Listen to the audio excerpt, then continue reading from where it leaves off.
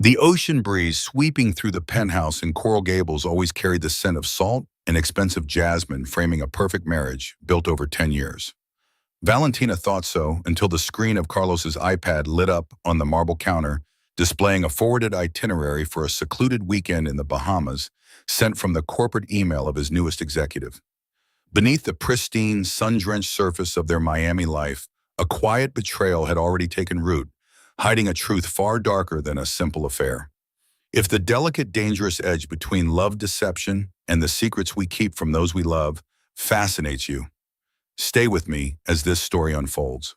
The Miami heat always felt like a heavy, invisible blanket, but inside the Coral Gables penthouse, the climate was perpetually set to a crisp, artificial 68 degrees. Valentina Cruz stood by the floor-to-ceiling windows, a crystal tumbler of sparkling water sweating against her palm. Below the city was a sprawling grid of golden lights and pulsing ambition, a world she had conquered. For 10 years, she and Carlos had built their empire, transforming City Warehouse Company from a struggling local logistics firm into a regional titan. They shared an executive floor at the top of the Sterling building, shared a bed, shared a single unified heartbeat. Or so she believed. The soft hiss of the shower from the master bathroom meant Carlos would be out in 5 minutes. They had a dinner reservation at a secluded spot in South Beach, a rare moment of quiet away from the relentless churn of freight manifests in corporate boardrooms. Valentina moved toward the marble kitchen island to set her glass down when the sharp, solitary chime of an incoming email echoed through the silent room. Carlos had left his iPad unlocked on the counter. Valentina wasn't the type to pry, she had never needed to. Trust was the currency of their marriage. But as she reached over to lock the screen, her eyes caught the bolded subject line sliding across the notification banner. FWD flight confirmation. Nassau. Just us. Grace. Valentina's hand froze midair. The air conditioning suddenly felt abrasive against her bare arms. Grace Martin, the new director of operations. Grace with her sharp designer suits, her predatory smile, and her habit of lingering just a second too long at Carlos's office door. A cold, methodical numbness crept up Valentina's spine. She didn't gasp. She didn't drop her glass. In the polished, high-stakes world of Miami's elite, one learned to bleed silently. Her index finger, trembling almost imperceptibly, tapped the notification. The email opened, revealing an attached itinerary for a luxury villa in the Bahamas booked for the upcoming weekend, the exact weekend Carlos had claimed he needed to fly to Atlanta to audit a struggling warehouse facility. Below the attachment was a short typed message from Carlos's private account forwarded back by Grace. Everything is set. No one will know. Valentina stared at the glowing pixels until they blurred into a meaningless wash of white and blue. The silence of the penthouse, once a comforting sanctuary, now felt like a vacuum pulling the oxygen directly from her lungs. She looked around the immaculate kitchen, the imported Italian marble, the espresso machine they bought in Rome, the life she had poured her entire identity into. It all suddenly looked like a movie set, beautiful but entirely fake. Who was she, if not Carlos's partner, the wife, the co-founder, the steadfast anchor? If he could replace her so easily with someone younger, someone who hadn't scrubbed the dirt from their first failing warehouse floor, then what was left of Valentina Cruz? The water in the bathroom abruptly shut off. The heavy glass door slid open, the sound of bare feet on tile breaking the quiet. Val, Carlos called out, his voice rich and familiar, echoing down the hallway. You ready? I'm starving. Valentina carefully pressed the lock button on the iPad. The screen went black, mirroring the sudden, terrifying void that had just swallowed her future. She took a slow, deliberate breath, forcing her shoulders to relax, forcing the mask of the perfect wife back onto her face. The betrayal was a quiet poison, and she knew in that agonizing moment she could not confront him. Not yet. Almost, she called back, her voice perfectly, even betraying nothing of the woman who had just died in the center of the room. 2 weeks passed in a blur of forced smiles and meticulously scheduled avoidance. The sprawling executive floor of the Sterling building, once a testament to Valentina and Carlos's shared ambition, now felt like a high-altitude prison. Every time she passed Grace Martin in the glass-walled corridors, Valentina forced her gaze straight ahead. Yet she could not ignore the subtle details, the aggressive rhythmic click of Grace's designer heels on the polished hardwood, the precise line of her crimson lipstick, the way she effortlessly commanded the logistics team that Valentina had personally trained. Valentina was shrinking. At the weekly operations meetings, she found her voice catching in her throat, her strategic suggestions gently but firmly overridden by Carlos's booming directives, immediately followed by Grace's sharp synchronized agreements. They operated as a seamless unit. Valentina sat at the opposite end of the mahogany table, reduced to a fading echo in her own company. The physical toll of carrying the secret was a slow, exhausting drain. She stopped sleeping. She lay awake in the Coral Gables penthouse night after night, listening to the even breathing of the man beside her, a man who now felt like a stranger wearing her husband's skin. She memorized the shadows cast by the streetlights on the ceiling, the distant sterile hum of the central air, the oppressive luxury of the life they had built from scratch. It was a museum of a successful marriage, and she felt like an artifact gathering dust. The breaking point did not arrive with a screaming match or a shattered vase. It came on a mundane Tuesday afternoon, wrapped in an innocuous calendar notification. Carlos had kissed her forehead that morning, his cologne smelling faintly of expensive cedar and unspoken lies claiming he had a late-night dinner with European freight investors. Valentina knew the investors were fictitious. The Bahamas trip was tomorrow. She left the Sterling building at 3 o'clock. The drive back to Coral Gables was a silent procession along the sun-baked freeway, the car's air conditioning blasting against the cold dampness on her face. When she entered the empty penthouse, the sheer scale of the space seemed to crush the remaining oxygen from her lungs. She couldn't breathe in this shrine to a dead relationship. Valentina moved to the master bedroom with the mechanical, deliberate precision of a sleepwalker. She didn't pack the silk evening gowns or the heavy diamond jewelry Carlos had bought her for their anniversaries. Instead, she filled two modest suitcases with absolute basics: jeans, simple cotton blouses, a few sweaters, and the battered leather journal she used to sketch warehouse floor plans in their early struggling days. Before leaving, she placed her corporate access card and the joint platinum credit cards on the marble vanity. She weighed them down with her diamond engagement ring. The platinum band clinked against the stone, a small, definitive sound of an ending. By sunset, she was gone. The apartment in South Beach was a stark contrast to the quiet, manicured opulence of Coral Gables. It was a third-floor walk-up in a faded Art Deco building, the hallway smelling faintly of old sea salt and bleach. The space was cramped, the wooden floorboards groaned underfoot, and the neon pink glow from a nightclub down the street bled aggressively through the cheap Venetian blinds painting the bare walls in bruised hues.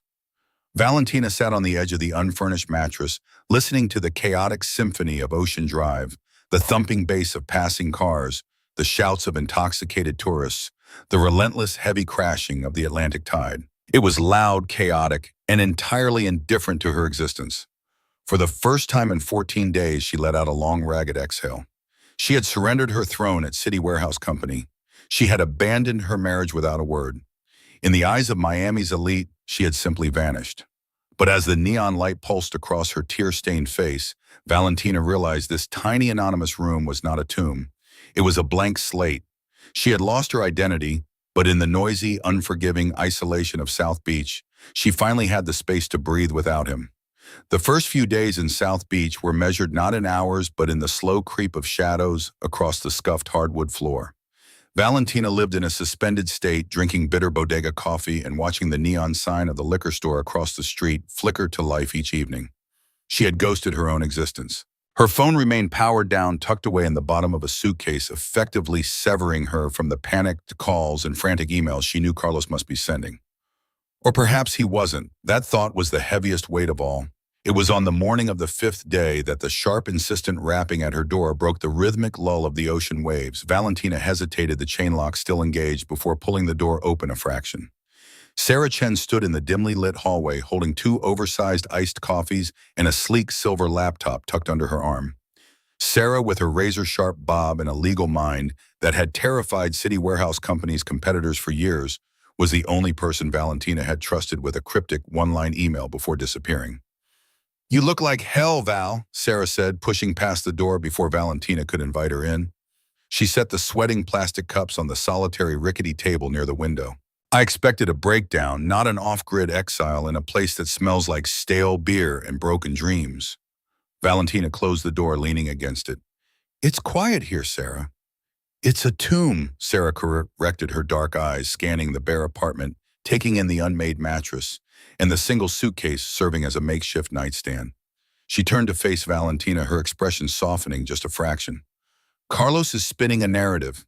He told the board you took an indefinite leave of absence for your mental health.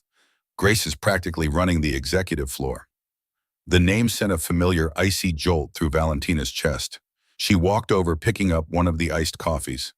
The condensation dripped onto her fingers, a cold reminder of the reality she was trying to avoid. Let them have it. I left the ring. I left the company. It's done. Is it? Sarah unzipped the sleek leather sleeve and pulled out the laptop, placing it squarely on the table. You built that logistics network with your bare hands while Carlos was still trying to figure out how to charm investors. You know the routing algorithms better than anyone. And I know you, Val. You don't just walk away and let a woman like Grace Martin erase you. Valentina stared at the closed silver lid. What do you want me to do? Beg him to choose me. I want you to look, Sarah said quietly, her voice losing its usual sarcastic edge. She tapped the top of the laptop. I still have my back-end administrative access to the corporate servers. Before you vanished, I noticed some odd rerouting in the quarterly manifests. Grace's department, shipments bypassing the main Atlanta hub and going dark for 48 hours before reappearing in the system. The air in the cramped apartment seemed to shift. The grief that had been paralyzing Valentina suddenly fractured, revealing a sharp buried instinct underneath. Logistics was her language. Inefficiencies, anomalies, discrepancies. These were puzzles she had spent a decade solving. Grace handles operations, not freight routing, Valentina murmured almost to herself. Exactly, Sarah replied, pulling up a chair and gesturing for Valentina to sit. So why is the director of operations authorizing dark freight?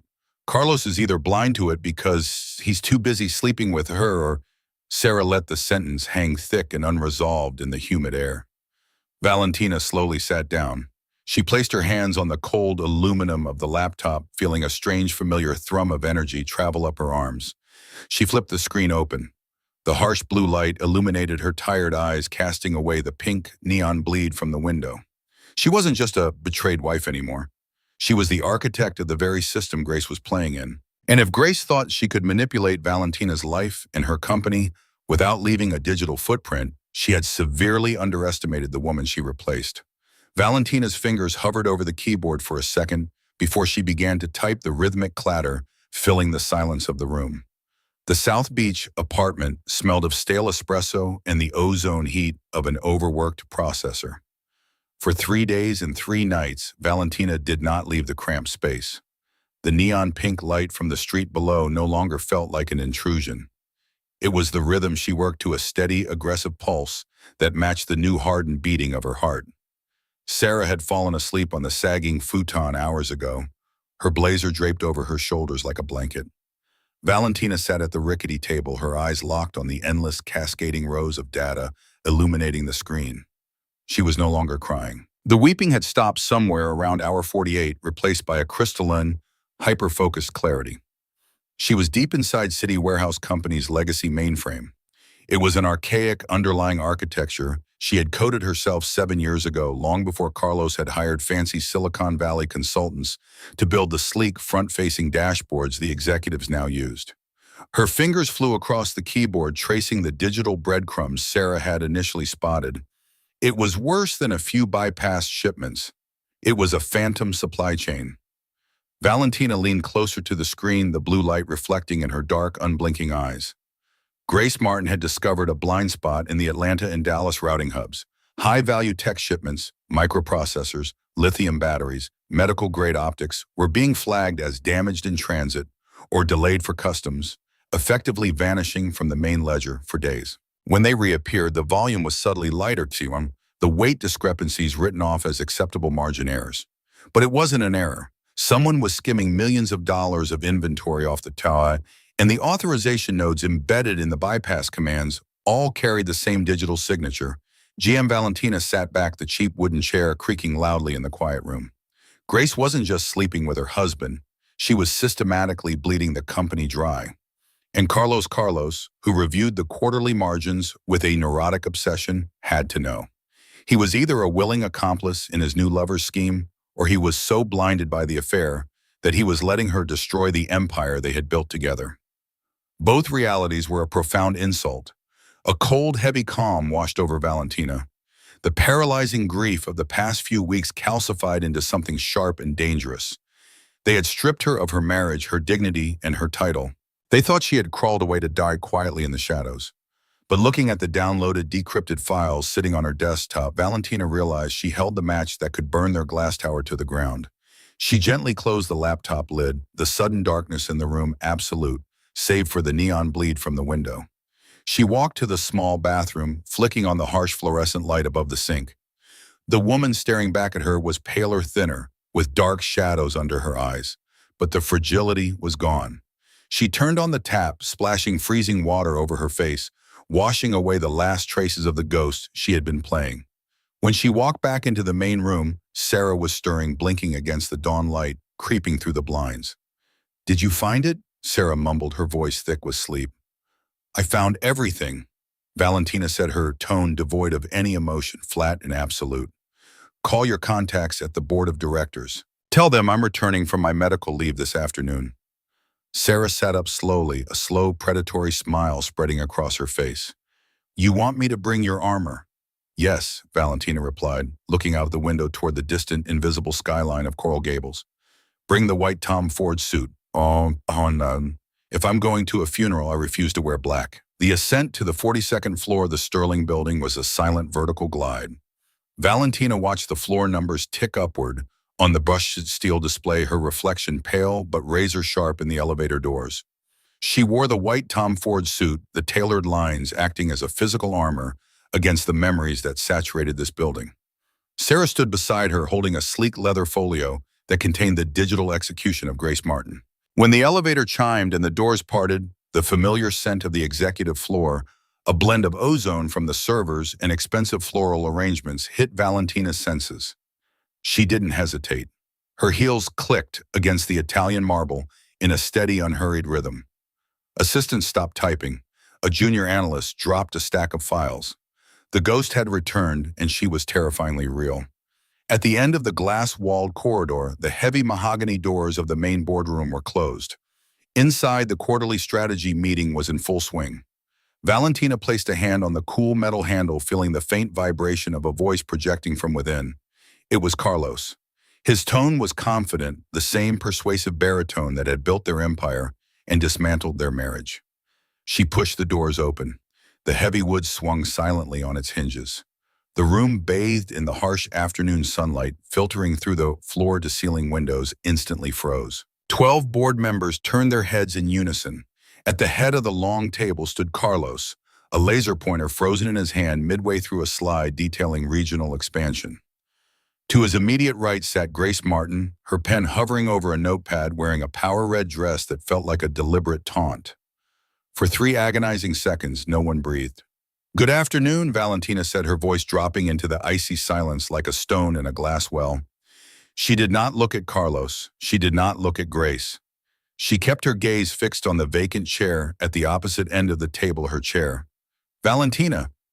Carlos finally choked out, the laser pointer dipping toward the floor. The color had drained completely from his face, leaving him looking hollow, almost fragile. We were told you were on indefinite medical leave." "I'm feeling much better, Carlos," she replied, gliding toward the empty seat with a terrifying grace. Sarah followed seamlessly, taking a seat against the back wall, a silent sentinel. "Please don't let me interrupt. You were discussing the Q3 logistics overheads." Valentina sat down, resting her hands on the polished mahogany. Grace's posture had gone rigid. The predatory smile was gone, replaced by a tight, calculating line. "Val, maybe we should discuss your return in private," Carlos said, his voice dropping an octave, a desperate plea hidden beneath a veneer of executive calm. He took a step toward her. "The board is present, Carlos. We are all shareholders here," Valentina said, her tone perfectly even, slicing through his attempt at control. "In fact, I spent my time away doing a deep dive into our operational efficiency, especially regarding the new routing protocols implemented in the last 6 weeks." She finally turned her head, locking eyes with Grace for the first time. The younger woman's jaw tightened. I'm particularly interested in the bypass shipments out of the Atlanta and Dallas hubs. Valentina continued, her voice soft but echoing in the absolute silence of the room. The ones generating those fascinating unlogged 48-hour delays. I'd love to hear the director of operations explain the acceptable margin errors on those specific routes. The temperature in the boardroom seemed to plummet. Carlos looked confused, his brow furrowing as he glanced between Valentina and the presentation on the screen. He didn't look like a man caught in a lie. He looked like a man who had just missed a step in the dark. But Grace knew. The subtle tremor in Grace's hand as she slowly lowered her pen to the table was all the confirmation Valentina needed. The trap was set and the jaws were just beginning to close. The silence in the boardroom was absolute, broken only by the faint, rhythmic hum of the projector cooling down. 12 pairs of eyes darted between the 3 points of the triangle, Valentina radiating a cold, calculated fury. Grace, whose predatory confidence was rapidly hardening into a defensive glare, and Carlos, who looked as though the floor beneath him was turning to ash. Sarah stepped forward from the shadows of the back wall. With the precise, lethal efficiency of a seasoned prosecutor, she slid 12 identical matte black folders to the polished mahogany, distributing them to the bewildered board members. Inside, Valentina said, her voice never rising above a conversational murmur, you will find the digital signatures authorizing the bypass of over $12 million in high-value cargo. The ghost shipments correspond perfectly with Grace Martin's operational login. She isn't just restructuring our logistics, she is systematically bleeding City Warehouse Company dry. Valentina finally allowed herself to look directly at Carlos. She wanted to see the realization dawn on him. She wanted to watch the illusion of his perfect, younger lover shatter. And you, Carlos, she continued, the words tasting like copper in her mouth. You were so distracted by booking private villas in Nassau that you handed her the keys to the vault. You let her dismantle our life's work to cover her tracks. A low murmur rippled through the board. One of the senior investors adjusted his glasses, flipping through the printed code logs. Grace did not flinch. Instead, a slow, humorless smile crept onto her lips. She didn't look like a woman caught in a theft. She looked like a woman holding a detonator. She turned her gaze to Carlos, raising one perfectly sculpted eyebrow. Are you going to tell her, Carlos, or should I let her burn down the rest of the house? Carlos closed his eyes. The muscles in his jaw worked frantically. He gripped the edge of the table so hard, his knuckles turned bone white. When he opened his eyes and looked at Valentina, the emotion she saw wasn't guilt or shame over an affair. It was profound, unbearable grief. Everyone out, Carlos commanded. His voice was entirely devoid of its usual executive boom. It was a hollow, desperate rasp. Carlos, what is the meaning of this? An investor began. Out! Carlos roared, the sudden violence in his voice shocking the room into motion. Chairs scraped loudly against the hardwood. Within 30 seconds, the board members had filed out, leaving only Sarah, who remained anchored against the back wall, and the three of them trapped in the echoing space. Valentina stood her ground, her white suit immaculate against the rising tension. Dismissing them won't change the data, Carlos. The data is a symptom, Valentina, Carlos said, taking a slow, agonizing step toward her. He looked a decade older than he had 20 minutes ago. Grace isn't stealing to cover her tracks. She's stealing because I'm letting her. Valentina froze. The cold satisfaction of vengeance abruptly stalled in her veins. What are you talking about? Carlos swallowed hard, his eyes glassy. There is no affair, Valentina. There was never a villa in Nassau. I haven't touched her. He pointed a trembling finger at Grace, who stood with her arms crossed, watching the destruction with clinical detachment. 3 months ago, Grace was auditing the old expansion ledgers from our third year, the year we almost went bankrupt. She found the shell companies. She found the inflated invoices we used to secure the federal bailout loans. The breath left Valentina's lungs in a violent rush. The room seemed to tilt. Those ledgers were buried, a desperate, illegal maneuver they had executed together in the dark days of their marriage to save the company. It was their deepest, most dangerous secret. She demanded 10% of our gross revenue transferred through her dummy routes, or she was taking the ledgers to the SEC. Carlos whispered the distance between them, feeling like a chasm. If the feds saw those files, we would both go to federal prison. But if I pushed you away, If I made you hate me enough to leave the company to divorce me, I could take the fall alone. I fabricated the emails. I made sure you saw them. I wanted you safe, Val. I just wanted you safe. Valentina stared at the man she had loved, the man she had just tried to destroy. The intricate, brilliant armor of her revenge cracked, splintering into 1,000 pieces as the horrifying weight of his protection finally crushed her. The heavy mahogany doors clicked shut, sealing Valentina and Carlos inside a tomb of polished glass and leather. Grace had slipped out moments earlier, her designer heels tapping out a rhythm of quiet victory, while Sarah had offered a single grim nod before stepping into the hallway to stand guard. The silence that settled over the boardroom was suffocating. Valentina stared at the empty chair where Grace had been sitting. The phantom scent of expensive perfume and the sting of the fabricated emails still lingered in her mind, but the fiery anger that had fueled her survival in South Beach was rapidly evaporating. In its place, a freezing leaden weight began to pull at her chest. "You orchestrated the entire thing," Valentina said, her voice barely a whisper, yet it echoed sharply against the glass walls. The iPad left on the counter, the locked doors, the late nights. Carlos took a step forward, his hands raised in a gesture of desperate surrender. The tailored suit hung off his frame as if he had aged a decade in the span of 30 minutes. "I had to make it believable, Val. If the SEC audited those old ledgers, they would see your signature next to mine on the bailout applications. They would take everything. I couldn't let you go to prison for a desperate choice we made 7 years ago. So you decided to put me in a different kind of prison," she replied, her eyes finally meeting his. There was no relief in knowing her husband hadn't touched another woman. The truth was infinitely more destructive. Carlos had looked at their partnership, a bond forged in the grueling, sleepless years of building City Warehouse Company, from nothing, and decided she was too fragile to face the consequences of their shared history. He had unilaterally decided to play the martyr, breaking her heart into 1,000 pieces simply to push her out of the blast radius. "I wanted to protect you," Carlos pleaded, his voice breaking. He reached out, his fingers trembling millimeters from the sleeve of her white suit, but he didn't dare bridge the final gap. "If you hated me, if you filed for a hostile divorce and severed your ties to the company, your lawyers could have shielded you from the fallout. I was going to take the plea deal. I was going to take all of it." Valentina looked at his trembling hand. A month ago, she would have taken it without hesitation. Now it looked like a trap. "Protection," she echoed the word, tasting like ash. "You didn't protect me, Carlos. You erased me. You stole my agency. When we falsified those invoices, we did it together. We were partners. But when the bill came due, you decided I was just a wife who needed to be shielded. Val, please. I spent weeks in a cheap apartment, drowning in the thought that I wasn't enough for you." Valentina continued, the steady, cold precision returning to her voice. "I mourned us. I tore my own identity apart, trying to understand how easily you could replace me. You watched me bleed out, Carlos, and you convinced yourself it was an act of love." The tears finally spilled over Carlos's lower lashes, tracking silently down his face. The brilliant, commanding CEO was gone, leaving only a terrified man standing in the wreckage of his own design.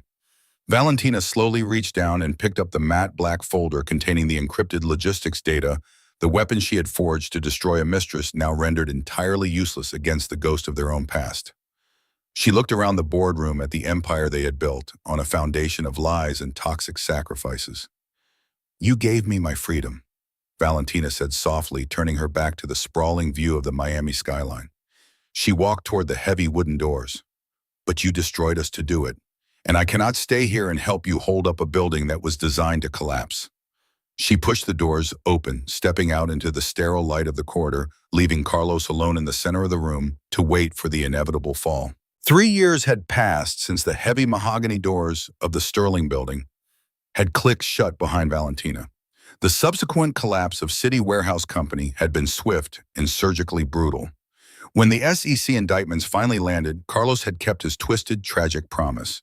He absorbed the entirety of the federal charges, taking a plea deal that completely shielded Valentina's name from the subpoenas. Grace Martin had secured a quiet immunity and vanished into the corporate ether. Carlos had spent 24 months in a federal minimum security camp in Pensacola.